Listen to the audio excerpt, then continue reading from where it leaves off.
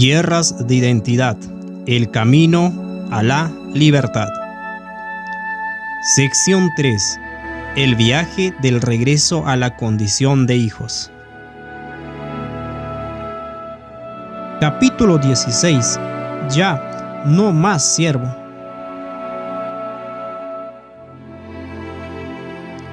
Era uno de esos momentos especiales. Mi hijo de 6 años y yo íbamos juntos en el coche. Estábamos teniendo una conversación profunda y significativa.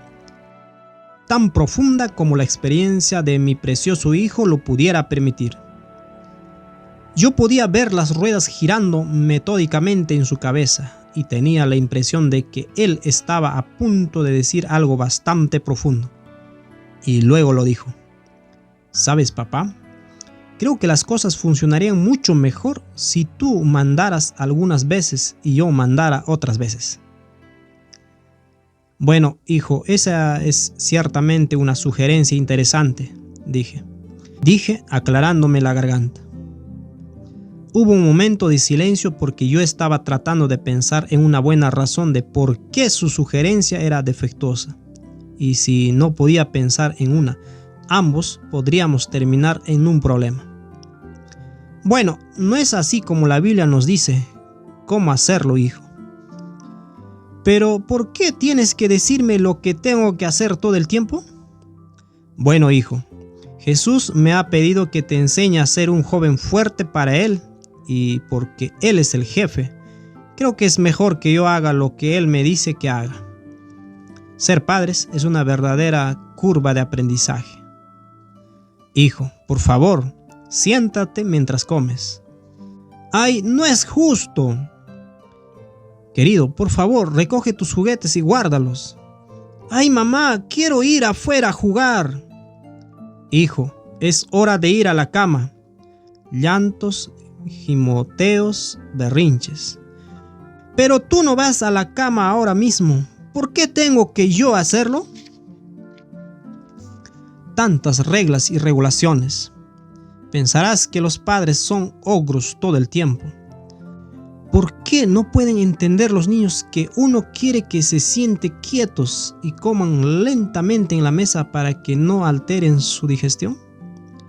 Uno quiere que aprendan a ser esmerados y ordenados para que sepan ser organizados y más eficientes cuando sean mayores. ¿Y por qué no aprecian los niños el hecho de que uno quiere que duerman suficiente para que no se enfermen? ¿Por qué será? Porque no conocen los escollos y peligros de la vida. El apóstol Pablo utiliza esta analogía para ilustrar nuestro viaje en la vida cristiana. Pero también digo, entre tanto que el heredero es niño, en nada difiere del esclavo, aunque es señor de todo. Gálatas 4:1. Según la descripción de Pablo, la relación de un hijo con su padre no es diferente a la de un siervo con su amo.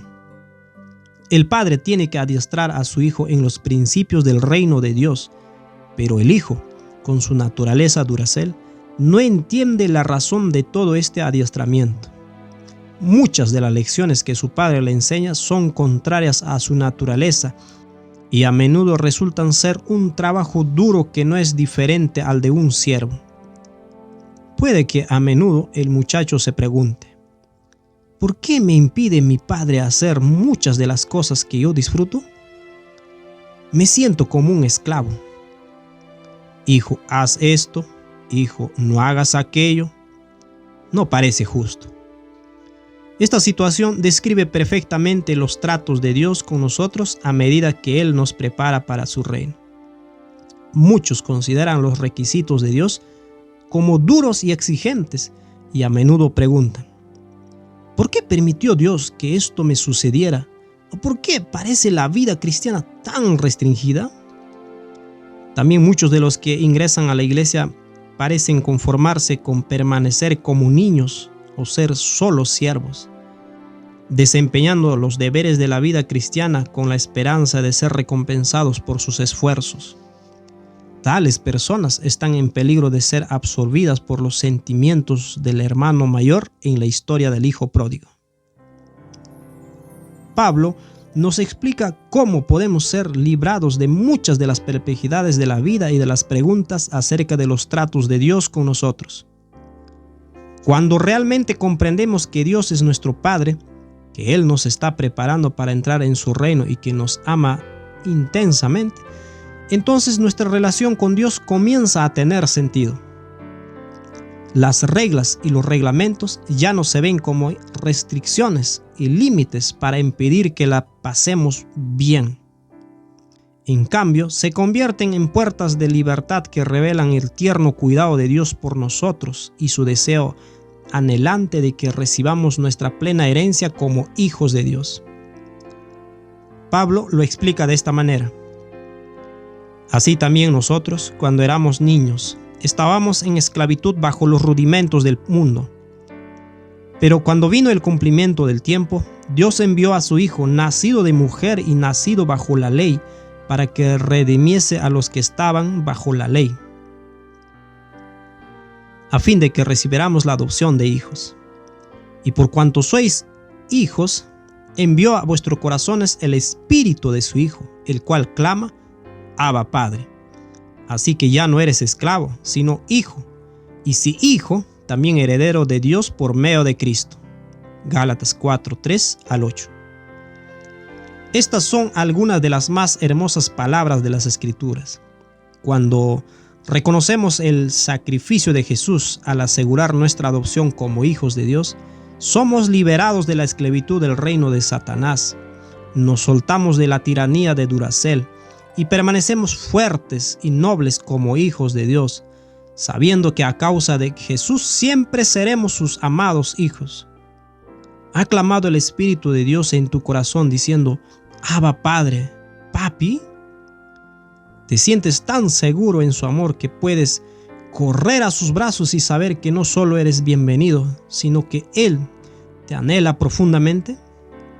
¿Has vuelto a ser como un niño que mira con adoración a su padre y sonríe cuando Él está cerca?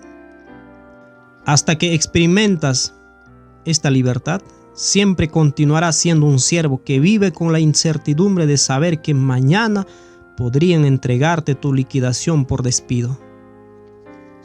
Como hijos de Dios, nuestra herencia es segura.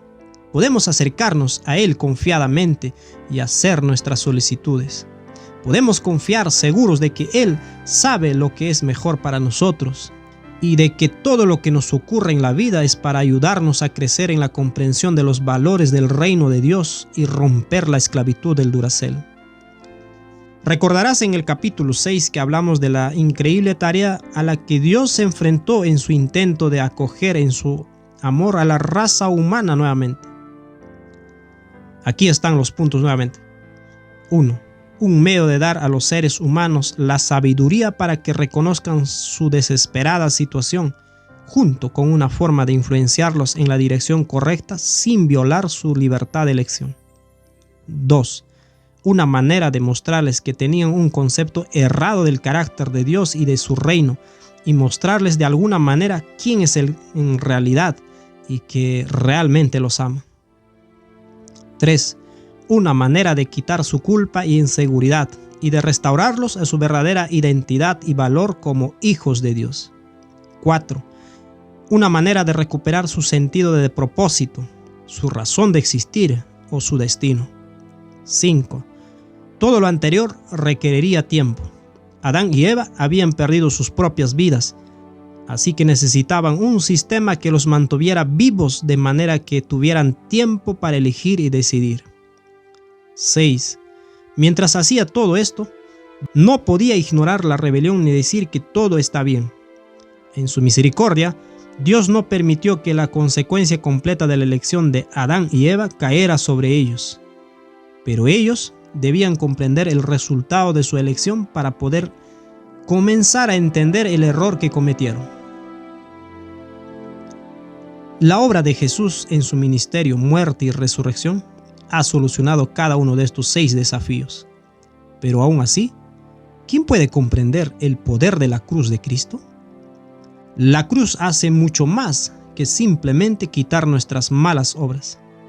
El tema es muchísimo más profundo. ¿Quieres arrodillarte y mirar a la cruz en este momento y ver tu liberación del Duracell? ¿Puedes oír la voz del cielo diciéndote que eres el amado Hijo de Dios y que Él se complace en ti? ¿Quieres descargar en Él toda tu culpa de resentimiento, orgullo y amargura y simplemente permitir que la plenitud de su gozo inunde tu alma? Puedes hacerlo si todavía no ha ocurrido. El secreto para escapar del Duracell es no ser ya más un siervo, sino un hijo.